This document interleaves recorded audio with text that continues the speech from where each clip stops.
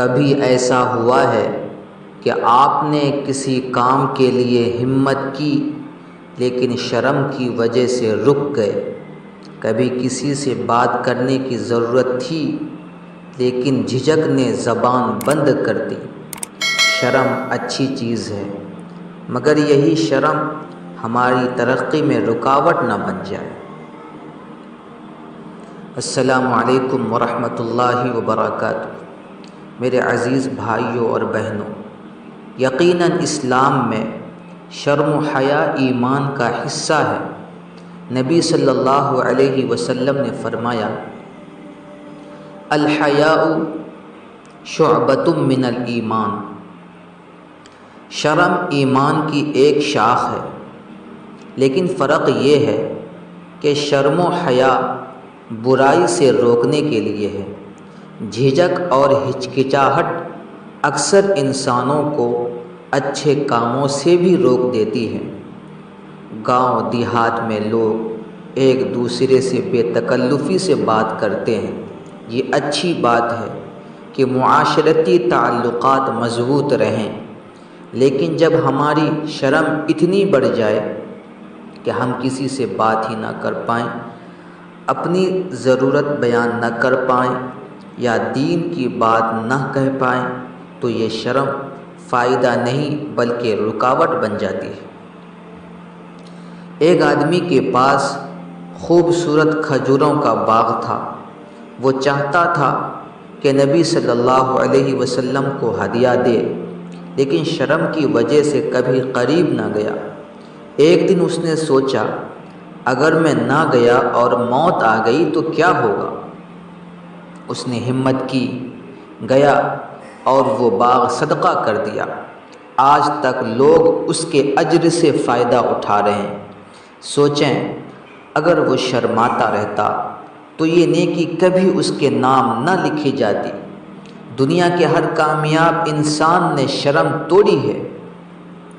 بڑے بڑے علماء اگر صرف لوگ کیا کہیں گے سوچتے تو آج ہمارے پاس دین کی کتابیں نہ ہوتی، اور آج کے دور میں بھی جو لوگ آگے بڑھتے ہیں وہی ہیں جو اپنی جھجک توڑ دیتے ہیں۔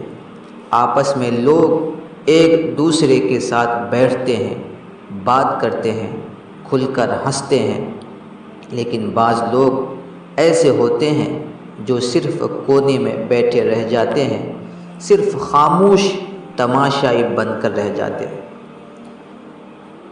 کلاس میں ایک طالب علم سوال نہیں پوچھتا کیونکہ شرم آتی ہے۔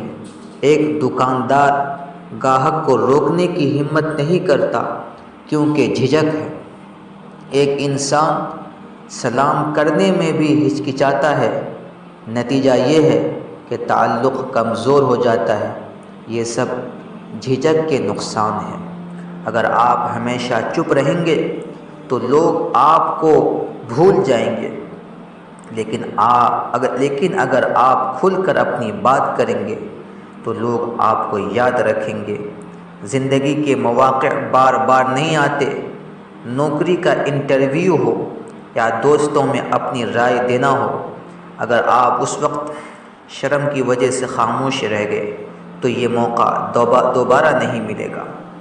میرے بھائیوں اور بہنوں، شرم وہی اچھی ہے جو برائی سے روکے، لیکن جو شرم، نیکی، علم، حق بات اور ترقی کے راستے میں آئے وہ شرم بزدلی ہے۔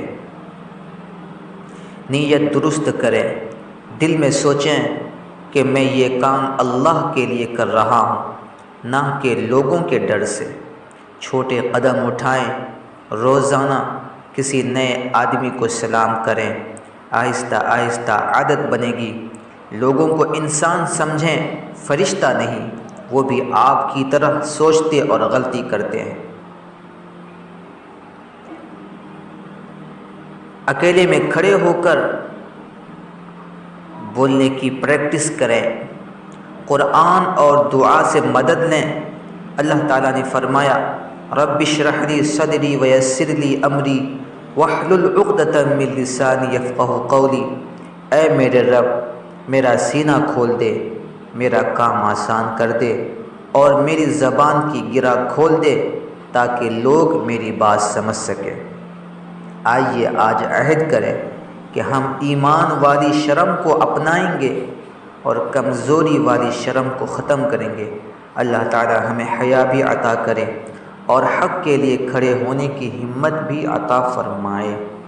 آمین یا رب العالمین۔ والسلام علیکم ورحمۃ اللہ وبرکاتہ۔